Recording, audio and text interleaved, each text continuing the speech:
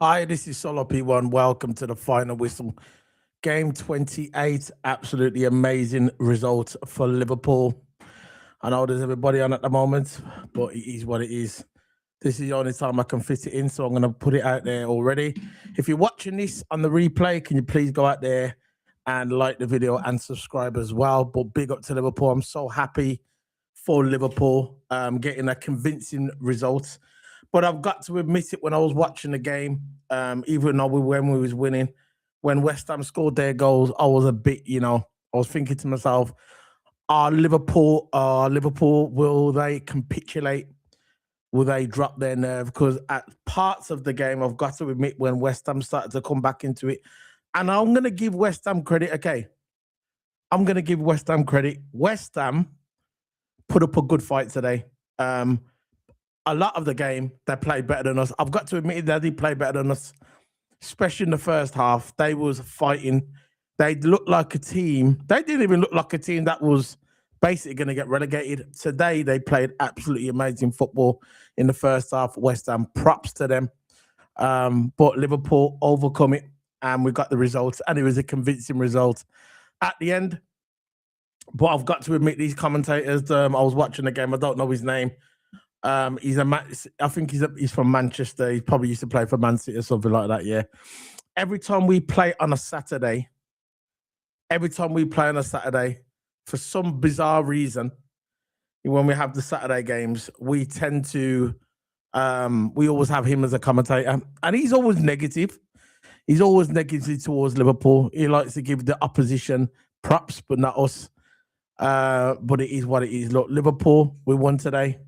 We won. You know what I mean?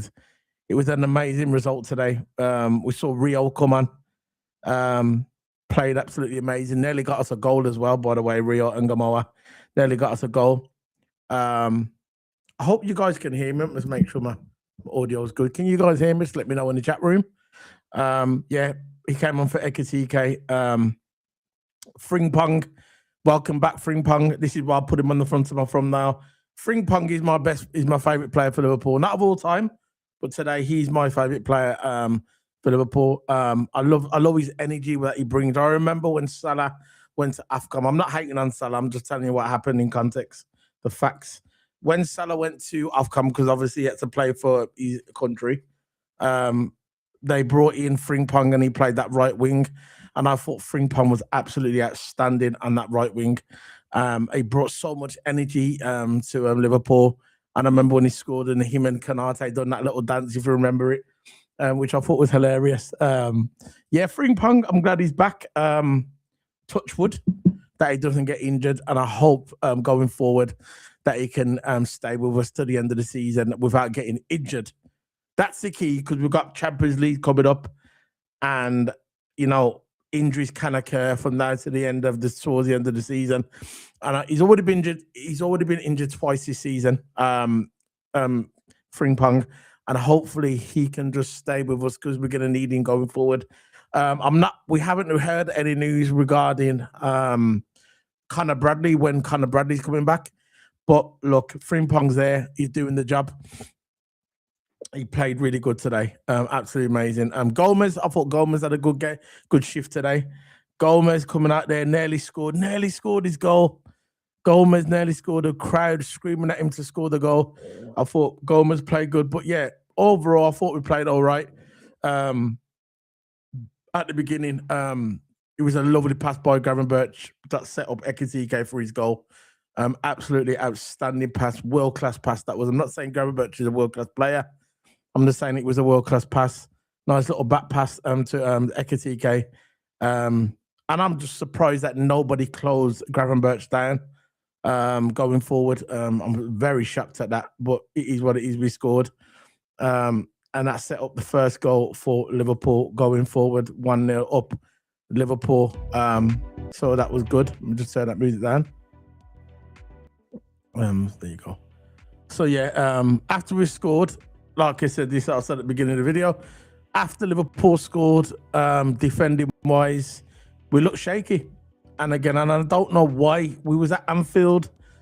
No disrespect to West Ham, but they are relegation fodder. And we looked nervous. We looked nervous, and I've really thought that Liverpool was going to capitulate in this game after we scored the goal and let West Ham back in the game. It seemed like that we wasn't even at home the way we was playing when we put that first goal in. I was thinking, come on, let's go, get your energy. You got the first goal, let's go and get another one. We're not playing Barcelona, we're not playing Real Madrid, we're not playing flipping, we're not playing these top teams around Europe. We're playing West Ham, relegation fodder. We are Liverpool FC. We should be taking it to them. But after that first goal, we looked nervous. And I've got to admit it, man. It was worrying time for Liverpool. For me, anyway, I was worried. I was thinking, don't let these mans back in the game.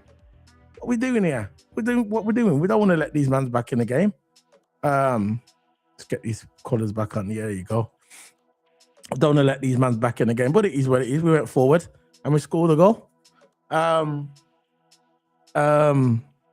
24. I think it was the 24th minute into the game. We scored again off a set piece, and Liverpool. if you know Liverpool, it's rare that we score off a set piece. You know what I mean? It's rare that we score off a set piece. But we did. Sorry about the camera. We scored off a set piece. Van Dijk scored off a set piece. Nice header by Van Dijk. Virgil van Dijk, the best centre back in the history of the Premier League. I know a lot of people don't like hearing that, but in my opinion, he is. But he scored off a set piece, and I thought, here we go. We got it, boy. Let me just move my camera. There you go. So we scored off a set piece. Virgil van Dijk, 24th minute, made it 2-0. 27th minute into the game, Kerker's lovely cross to Ekitike. I thought Ekitike should have scored, but when I originally saw it, when I saw the cross going by Kerker's, absolutely amazing. Kerker's, he's just that kid who's just going to get better and better every single game. I'm so glad that we brought him, man. So glad. Remember when Kerker's first came into Liverpool, he looked a bit nervous. Slot wasn't really playing him in the right position, but now Slot finally woke up and now he's playing him in the right position. That overlap. And Kerkers came in, brilliant cross into Ekitike. The ball kind of fell wrong for Ekitike. Like I said, when I originally saw it, I thought he should have headed it in because I don't think Ekitike is strong. I don't think he's he can head the ball. Obviously, he can head the ball, but I don't think that's not one of his strong traits. Put it that way. I'll put it in that way. But Kerker's brilliant cross in by Kerker's into Ekitike, and the ball fell wrong. It kind of fell wrong for Ekitike. So I apologize for that originally, because when I first saw it, I was thinking, Ekitike, what are you doing, bro? Just headed the ball in, but you never. Gravenberch, like I said, Gravenberch was kind of good at the beginning, but he did do a poor pass. With a poor pass from Gravenberch, I think it was he was trying to. I think he was hitting the ball back to the goalkeeper, and it kind of fell off a bit. And West Ham player grabbed it, nearly scored a goal. And not long after that, I think it was. I forgot his name now, but Wabasaka nearly scored as well.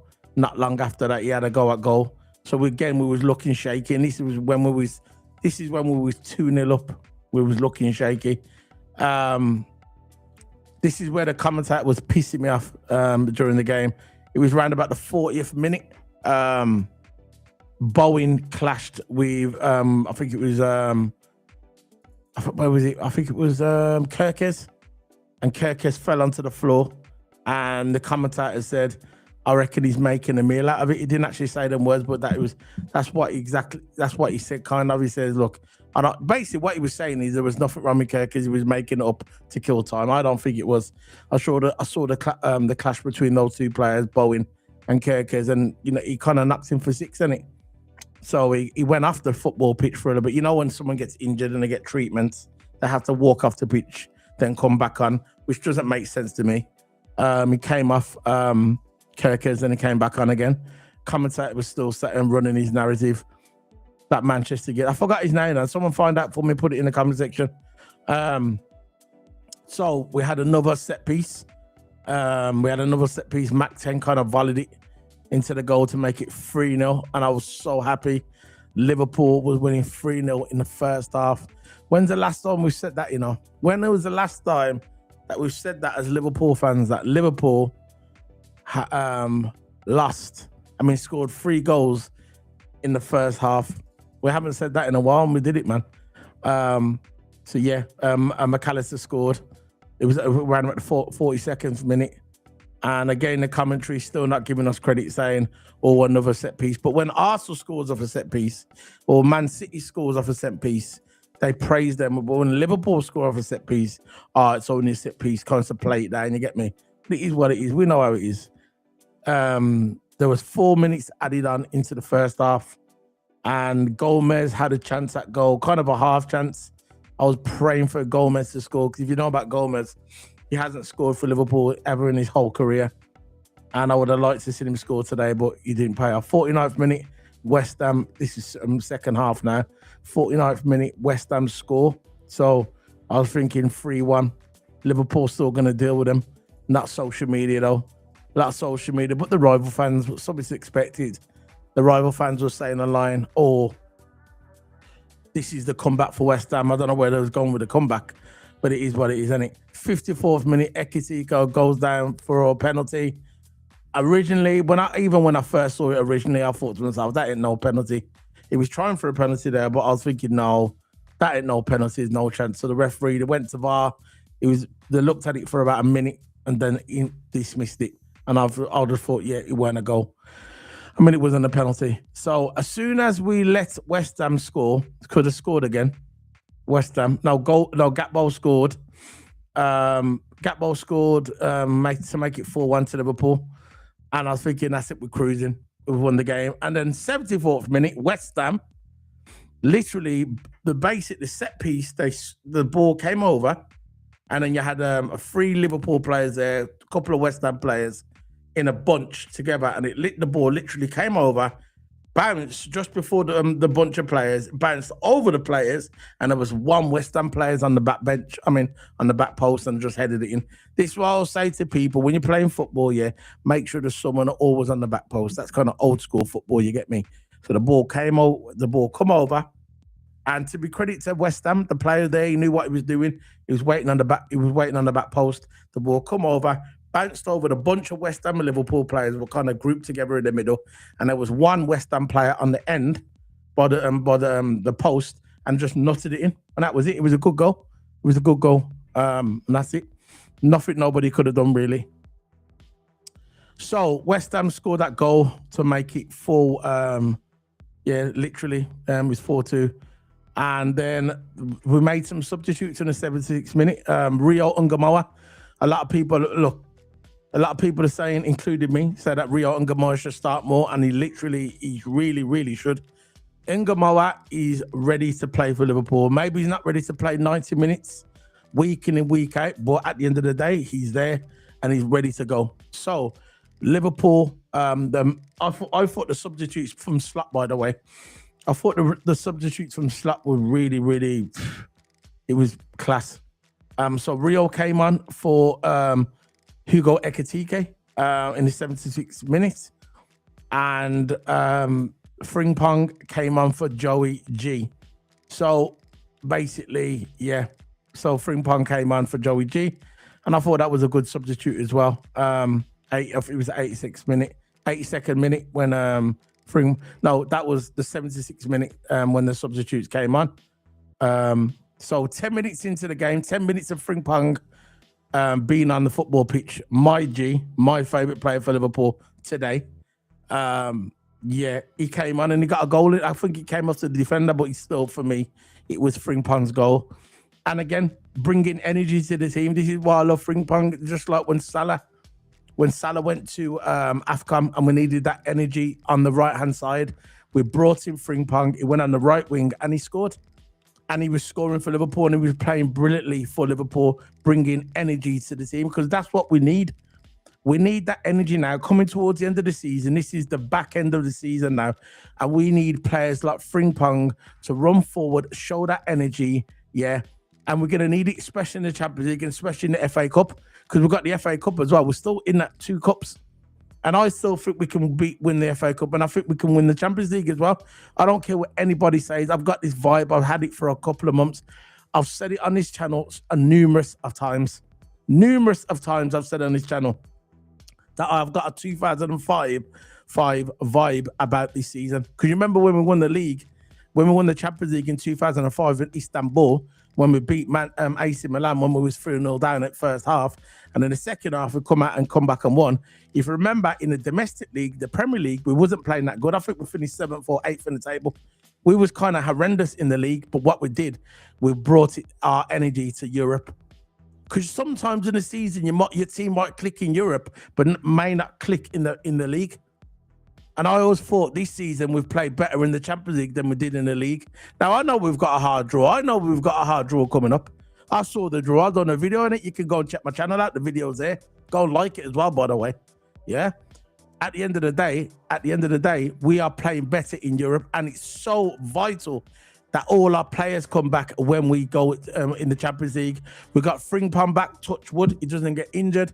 We've got Florian Wirtz. It should be coming back soon in the next game. I'm not sure what's going on with Florian Wirtz, but he'll be back for the Champions League, hopefully.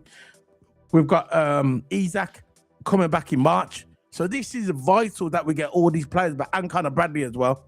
It's vital that we get all these players playing. And I want to see Traore play for Liverpool as well in the next couple of games. He came on today as a substitute for Gravenberch, and he got a few minutes, 87th minute. So he only got a couple of minutes. So I think it was 4 minutes added on, and plus 3 minutes of normal time. So that's 5, 6, 7. So he had 7 minutes playing of football. No, 7 minutes added on. So 7 plus the 3, 10. So we had 10 minutes of football today. Traore, he had a sitter. Frimpong could have got an assist today, by the way, and a goal. He got the goal, but he didn't get the assist. He ran up the ring, Frimpong, through ball to the Traore, which for me is one of the best players in the youth team. He was highly regarded from the Liverpool youth team, and for some bizarre reason, Arne Slot is not playing him, but he should, and I think he will. He played him today. He got 10 minutes of football, and Frimpong ran up that wing at the 87th minute, and he through-balled him. He through-balled it right to Traore, and Traore, all he had to do was tap it in, but he hit the ball, but he went slightly over the bar. And I was a bit, I was unhappy. I mean, look, I felt sorry for him. I felt sorry for Traore. I wanted Traore to get his goal. I wanted him to get his flowers to show Arne Slot that he's a good player. Because you remember when Rio Ngamoa came in against Newcastle and he got his goal? That was good, innit? And I wanted Traore to get his flowers as well. But there's a lot more time for him to go. He will get his goal, and that's it. So Traore came on for Gravenberch. Rio, good effort. Look, 87th minute, Rio got the ball, running up the wing, took on 2 players, hit the ball, hit it straight to the keeper. He looked absolutely brilliant on the ball, dazzling up the 2 defenders, the centre back and the full back. I think if Rio and Ngamoa would have had a full second half, I think he would have scored today. He puts the frighteners. He puts the frighteners on the defenders and the fullbacks on the opposition. He did it today. He was only on for a little bit, but he came on and he put the frighteners on. Rio Ngamoa, absolutely amazing player. And that is it, man. That's it for the Liverpool. Liverpool winning 5-2. Very convincing. Not so much in the first half, but I think in the last 25, 30 minutes, West Ham ran out of steam. And that's all I got to say about that, man. That's all I got to say. Remember, guys, if you're watching this on the replay, hit that like button. Big up to the man them. Big up to the woman them. Liverpool versus West Ham. Liverpool 5, West Ham 2. The final whistle. Game 28. Big up to the man them. Big up to the woman then. See you later, guys. I'm going to see you soon in a couple of days. Bye.